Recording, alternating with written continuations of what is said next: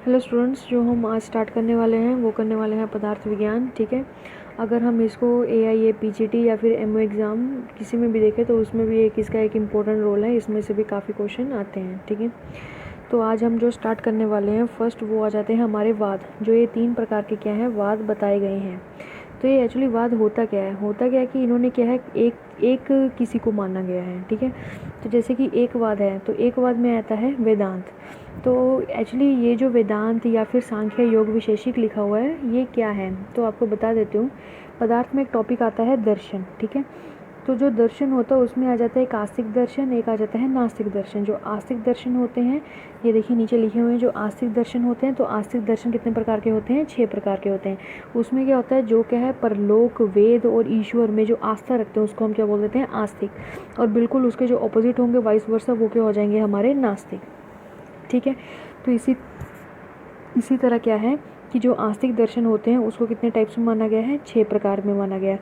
तो उसमें कौन कौन से आते हैं, न्याय आ जाता है, विशेषिक आ जाता है, सांख्य योग मीमांसा और वेदांत आ जाता है।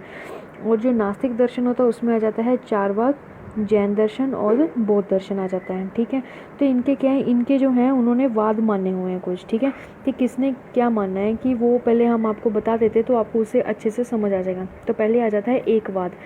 तो एक तब वाद कौन सा होता है जिसने क्या सिर्फ एक ही माना है, मीन्स उसने माना कि जो भी चीज़ हो रही है उसके लिए जो मेन एक चीज़ सत्य है तो वो सत्य क्या है, एक ही चीज़ है। तो जैसे वेदांत है तो वेदांत ने माना है ब्रह्मा, अगर आप लिखना चाहे तो लिख सकते हैं।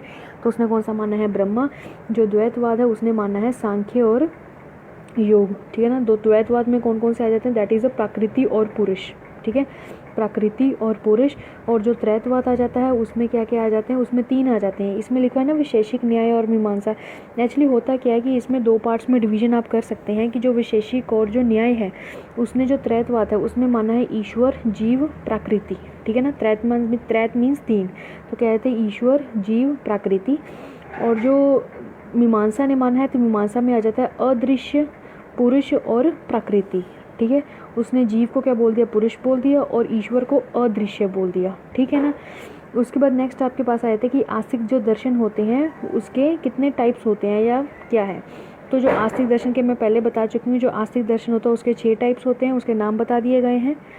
ठीक, अगर चाहो तो इसके आप लोग आचार्य भी लिख सकते हैं कि किस किस ने ये दर्शन दिए हैं।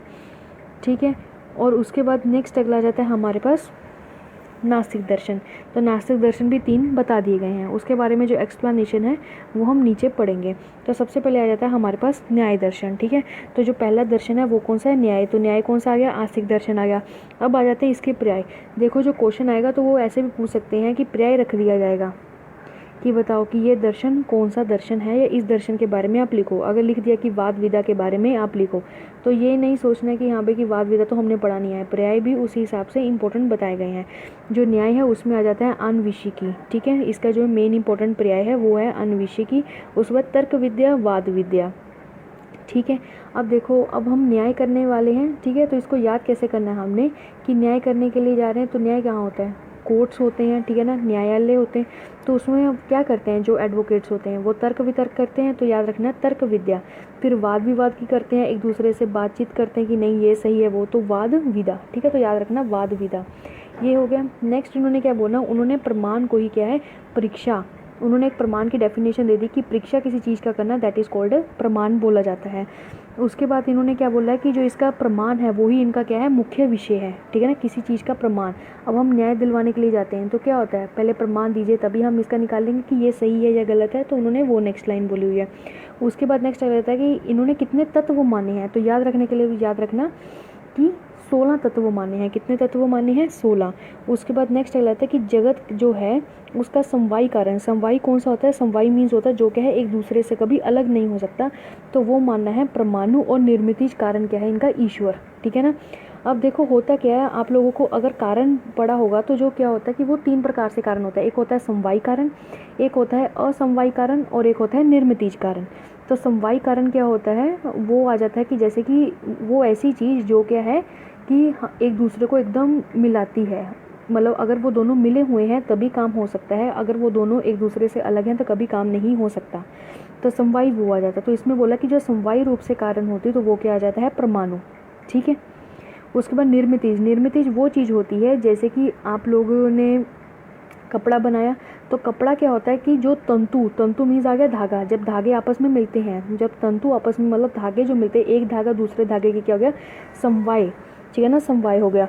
और निर्मितिज क्या होता है कि जैसे जो मशीन है जो बना रही है, बनाते टाइम तो वो उनके साथ रहेगी, जब एक बार बन गया तो वो क्या हो जाएगी, अलग हो जाएगी। तो इसमें निर्मितिज कारक किसको माना है, ईश्वर को, कि ईश्वर ने बनाया है लेकिन बाद में वो अलग हो गया, बाद में पुरुष ही उसके लिए है, ठीक है ना, जो भी करेगा। उसके बाद नेक्स्ट अगला आता है सत्कार्यवाद एवं आरंभवाद का साधक है। एक्चुअली क्या होता है, जब हम कार्यकारण सिद्धांत पढ़ते तो उसमें आ जाता है सत्कार्यवाद और असत्कार्यवाद, ठीक है।